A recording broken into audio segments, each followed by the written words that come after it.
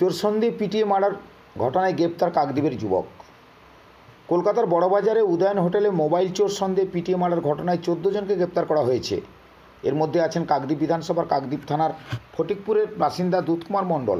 পরিবার সূত্রে জানা যায়, দুধকুমার অভাবী পরিবারের সন্তান। দুধকুমারের বাবা নিকুঞ্জ মণ্ডল পেশায় কৃষক, চাষবাস করে কোনোক্রমে সংসার চালায়। অভাবের সংসারে আর্থিক অনটনের সঙ্গী করেই উচ্চশিক্ষার জন্য কয়েক বছর আগেই কলকাতা পাড়ি দিয়েছিলেন দুধকুমার।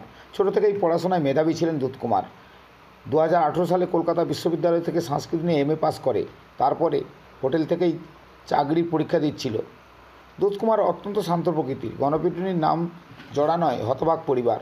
তবে কলকাতার বড়বাজারে হোটেলে পিটিয়ে খুনের ঘটনায় দুধকুমার কোনোভাবে জড়িয়ে থাকতে পারে না বলে দাবি পরিবারের। তবে আইনের প্রতি আস্থা রেখেছে পরিবার। খুব ভালো, পড়াশোনায় ভালো ছিল, একদম পড়াশোনায় খুব আগ্রহ, কিন্তু বাড়িতে পড়াশোনা করতো, তারপরে পরীক্ষায় পাস করে ওই বলে আমি একটা চাকরির জন্য, সেই চাকরির জন্য সেখানে সব ওই কি হোস্টেলে থাকতো। পড়া শেষ হয়ে গেছে মনে হয়, জানি না ঠিক বাড়ি আসে, আমাদের অত জিজ্ঞাসা করি না সেরকম। আচ্ছা, তারপরে সেখানে থাকতে থাকতে এই যে কী হয়ে গেছে আমরাও জানি না। এই সকালে শুনেছি যে হচ্ছে ওখানে একটা ছেলে কি মারা গেছে, ওখানে ওই জন্য ওখানে কেসে জড়িত হয়েছে। ওই জন্য ও কেস থেকে মুক্ত হয়ে বাড়ি আসে, পড়াশোনা করতে পারে। ও ওরকম ছেলে নয়।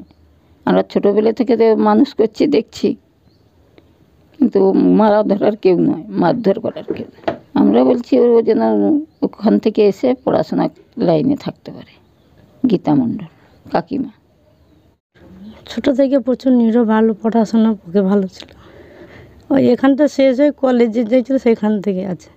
হ্যাঁ, ওই আবার চাকরির জন্য পরীক্ষা দিচ্ছে, ওই জন্য চাকরির জন্য আছে, চাকরি পাওয়ার জন্য। ওই গোটা দিন রাত্রে 9টার দিকে শুনলাম থানা থেকে ফোন করলো, ওই কি স্কুলের ছেলে মারা গেছে, ওই থেকে দুধকুমারকে ধরে নিয়ে গেছে, এই শুনলাম।